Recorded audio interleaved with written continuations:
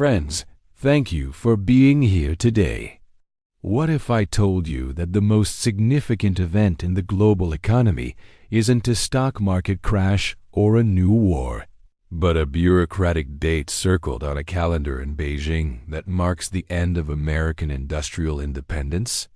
And furthermore, why has the media remained completely silent while the supply lines for the metal that powers our future silver are being systematically severed? We are standing on the precipice of a fundamental shift in the global balance of power, disguised as a mundane trade regulation. While the Western world has been distracted by headline-grabbing trade truces and political theater, a silent stranglehold has been applied to the neck of the U.S. economy. The date is set, January 1st, 2026. To the unobservant eye, this is simply the start of a new fiscal year. To those who have analyzed the data, the policy documents, and the strategic maneuvering of the Chinese Ministry of Commerce, it is a kill date, a calculated deadline designed to corner the U.S. market and weaponize the supply of the single most critical metal for the green energy transition. The narrative we are about to unravel is not one of mere supply and demand. It is a story of geopolitical chess, industrial warfare, and the systematic dismantling of the open market. By the time the sun rises on New Year's Day, the rules of engagement for buying silver will have changed forever, and the United States is woefully unprepared for the fallout. To understand the gravity of this situation, we must first examine the catalyst of this coming crisis and the specific mechanics of the trap. At the heart of this lies a specific policy document, MOFCOM Announcement No. 68, released quietly amidst the noise of broader international relations. This document serves as the blueprint for a state-sanctioned monopoly.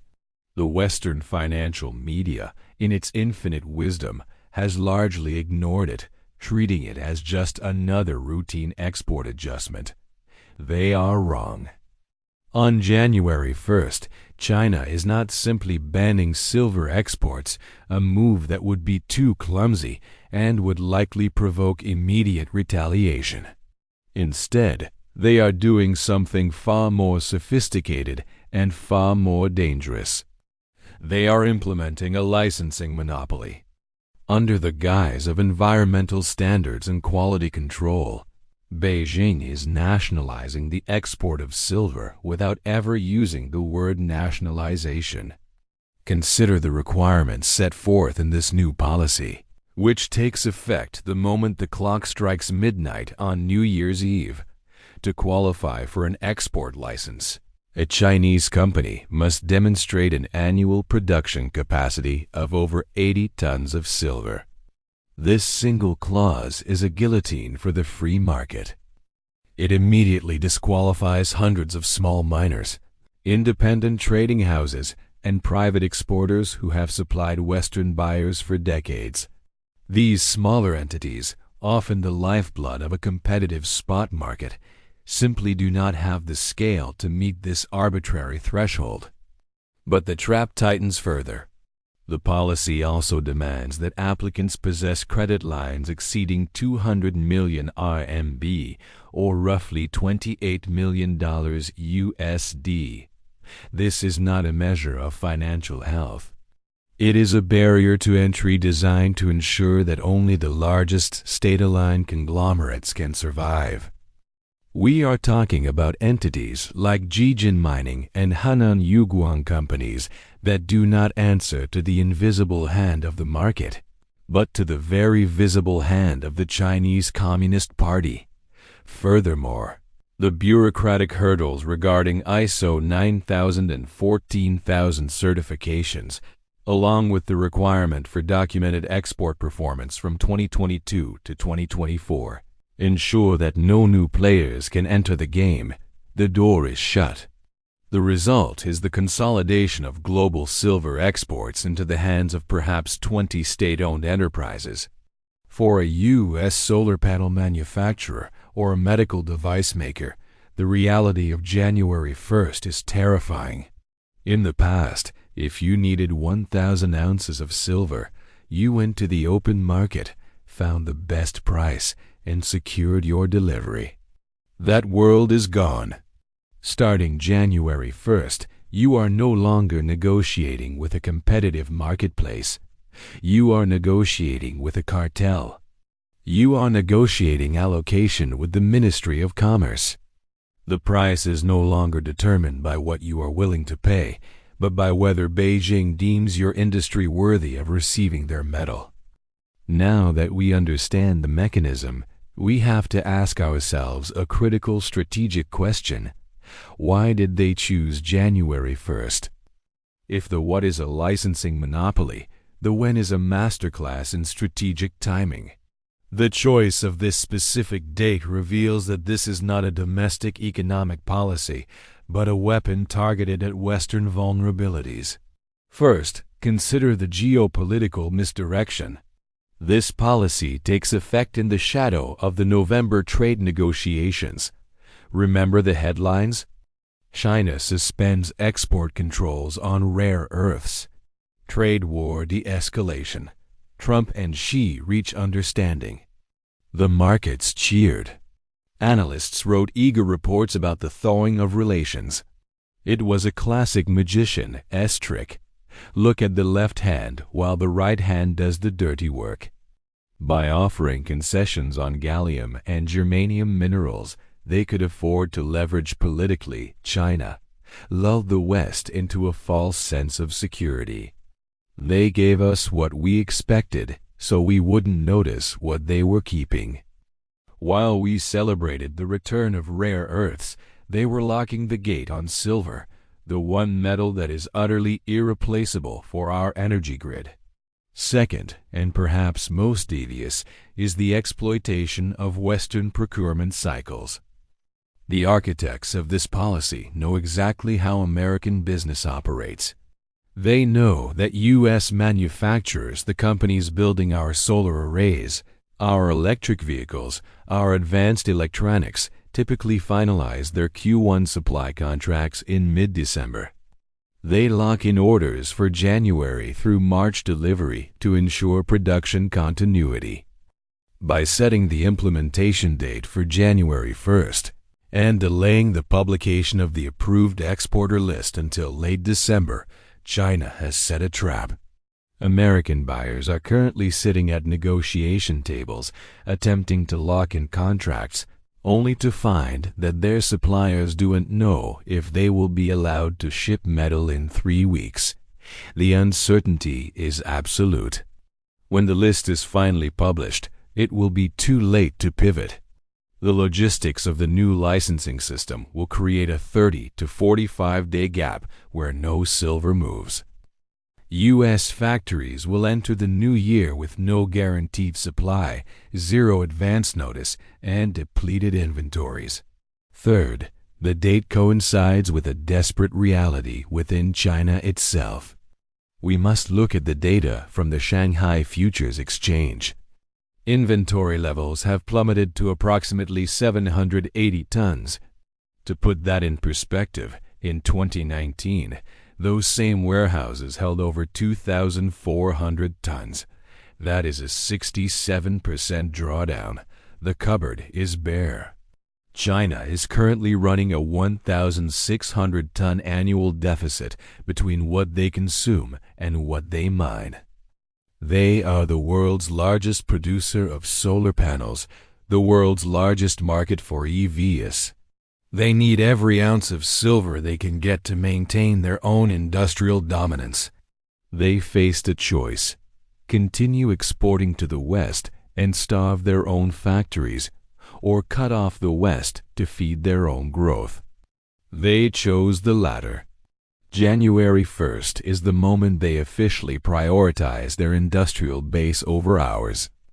I want to pause here for a moment because this strategy is chilling. What do you think happens when the world's largest consumer of silver decides to keep it all for themselves? Do you believe Western governments have a backup plan, or are we walking blind into a crisis? Drop a comment below with your thoughts. I really want to hear your perspective on this. This geopolitical maneuver would be dangerous enough in a healthy market, but unfortunately, we are dealing with a system that is already on the brink of collapse. The silver market is not healthy.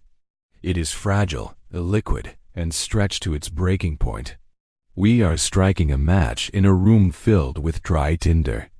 For the last 4 years, the global silver market has been in a structural deficit. We have been consuming more than we produce, bridging the gap by draining above-ground stockpiles. The Silver Institute calls this investment silver, a polite term for the savings account we have been raiding to pay our daily bills. But that account is running empty. The signs of stress are visible to anyone willing to look past the paper price. In March 2025, silver lease rates, the cost to borrow physical metal, spiked to over 15% annualized. In a normal, liquid market, lease rates hover near zero. When lease rates explode, it means one thing: there is no metal available. Banks and refineries are scrambling. Traders in Singapore and Zurich are reporting that they cannot source leasable silver for commercial transactions. The physical metal is being withdrawn from circulation, vaulted by smart money that sees the writing on the wall. This physical shortage is colliding with a macroeconomic superstorm. As noted by monetary experts, we are witnessing the endgame of the fiat currency experiment. Bond yields in Japan, Australia, and the US are rising, signaling a loss of confidence in sovereign debt. When the debt bubble bursts, it takes the credit bubble with it. In this environment, the purchasing power of currency collapses. We are not just talking about inflation. We are talking about a loss of faith in the paper itself. When faith in paper dies, capital flees to safety. It flees to real assets. Gold is the primary beneficiary, but silver plays a dual role. It is both a monetary metal and an industrial necessity. As the credit structure that supports stocks and bonds begins to fail, the flight to safety will collide with the industrial desperation caused by the China ban. We are facing a scenario where investors are trying to buy silver to protect their wealth at the exact same moment that industrial users are trying to buy silver to keep their factories open. Compounding this market fragility is a massive American blind spot regarding our own vulnerability and dependence. It is deeply ironic and deeply troubling that the United States government seems to have realized danger only after the trap was sprung. On November 7, 2025, just 1 week after China announced these restrictions, the U.S. Geological Survey, USGS, finally added silver to its official critical minerals list. The language they used was telling: vulnerable to disruption. This was an admission of failure. It was an official recognition that the U.S. has a silver dependency problem that threatens our national security. The numbers are stark. The United States produces approximately 30 million ounces of silver annually. That is roughly 2.5% of global supply. Yet, we are one of the world's largest consumers. We are almost entirely dependent on imports to fuel our high-tech economy. And unlike other commodities, we cannot simply pivot. If the price of oil spikes, we can drill more. If the price of corn rises, we can plant more acreage. But you cannot simply turn on a silver mine. The lead time from discovery to production is 7 to 10 years. There is no quick fix. There is no switch to flip. Furthermore, there is no substitute. In the 2010 rare earth crisis, manufacturers eventually found ways to reduce their use of certain elements or recycle them from old magnets. Silver is different. When silver is used in a solar panel, it is used in a conductive paste that is burned onto the silicon cell. it is effectively gone. It cannot be economically recovered. When silver is used in medical bandages for its antimicrobial properties, it is discarded after use. We are consuming this metal in irreversible industrial processes. Perhaps the most alarming aspect of this vulnerability is the lack of a safety net.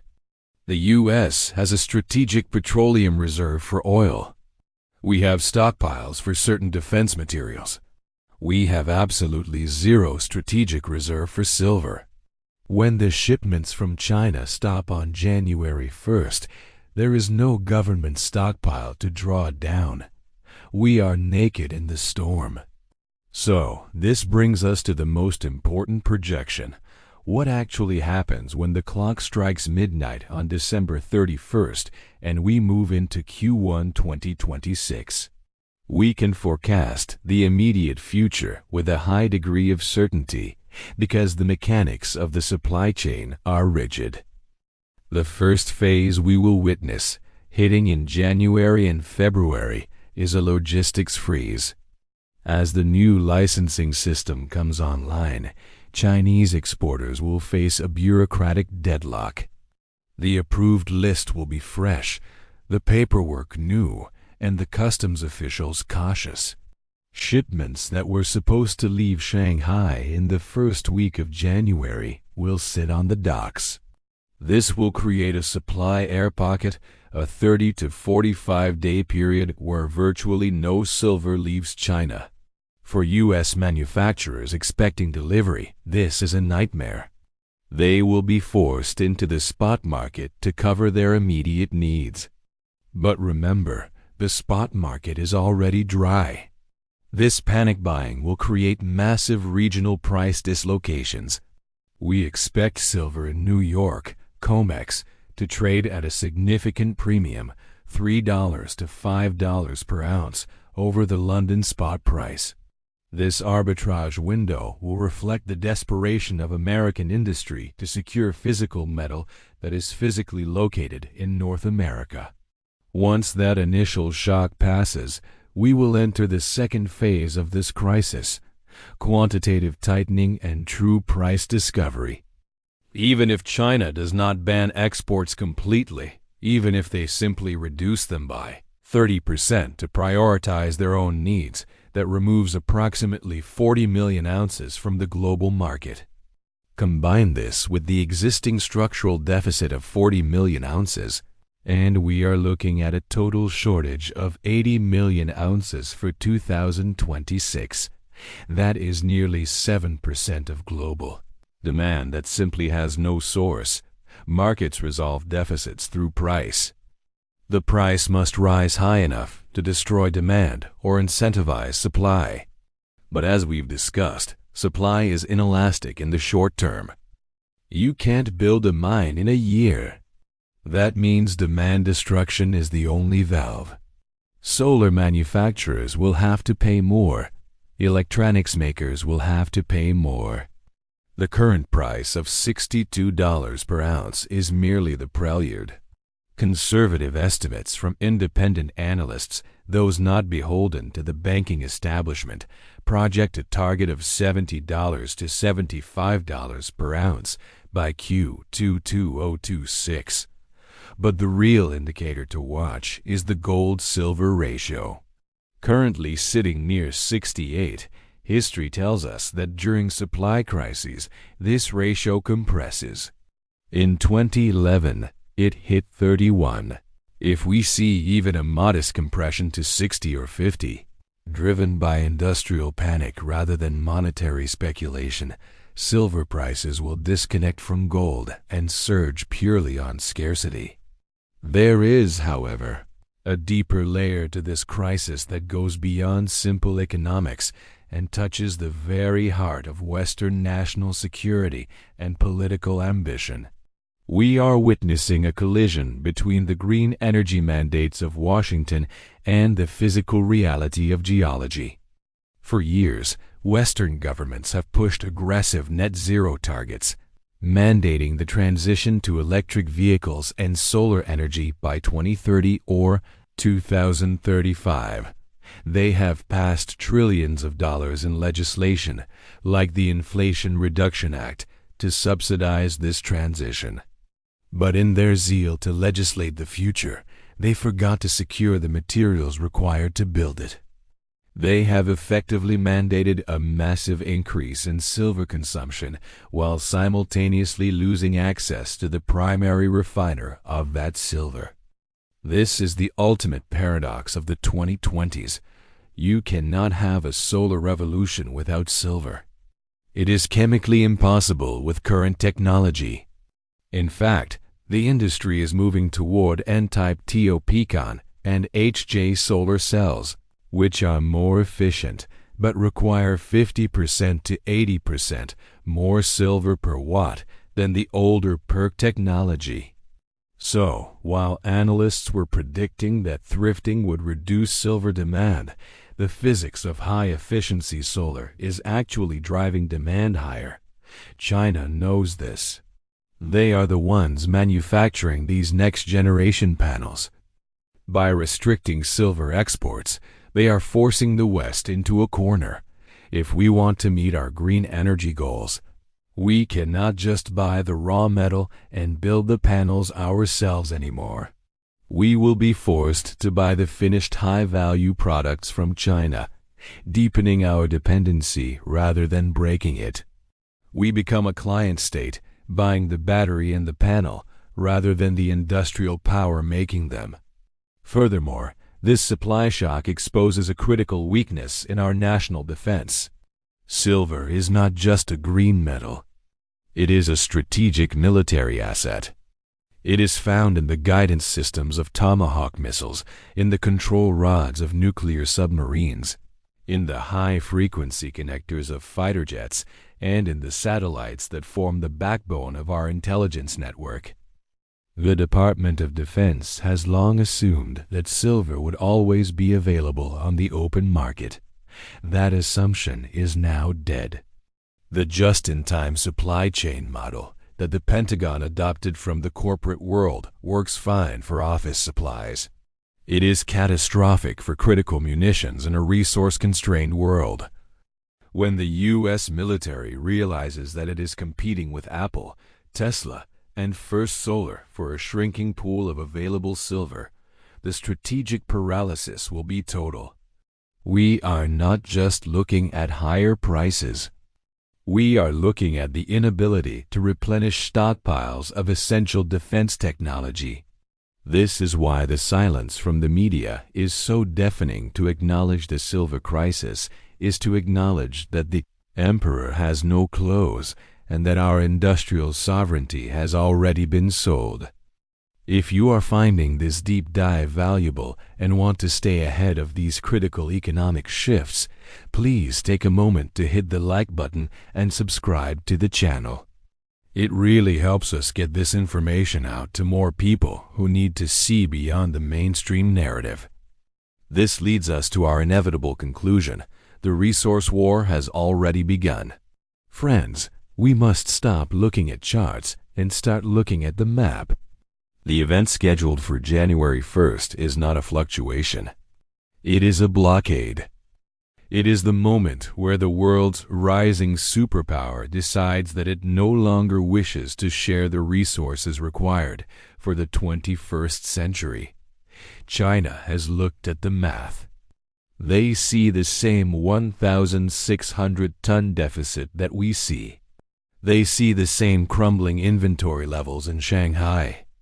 They have decided that if anyone is going to run out of silver, it won't be them. It will be us. The U.S. government has admitted the vulnerability but has no plan to fix it. The media is ignoring the story because it doesn't fit the soft landing narrative. The banking sector is trying to suppress the reality to cover their own short positions, but the math does not lie. The supply lines are being cut. The inventory is gone. The kill date is set. The question is no longer will silver prices rise. The math guarantees it. The question is when the supply collapse hits on January 1st and the American industrial machine grinds to a halt waiting for metal that isn't coming, Will you be holding paper promises, or will you be positioned in the only asset that matters? The window is closing.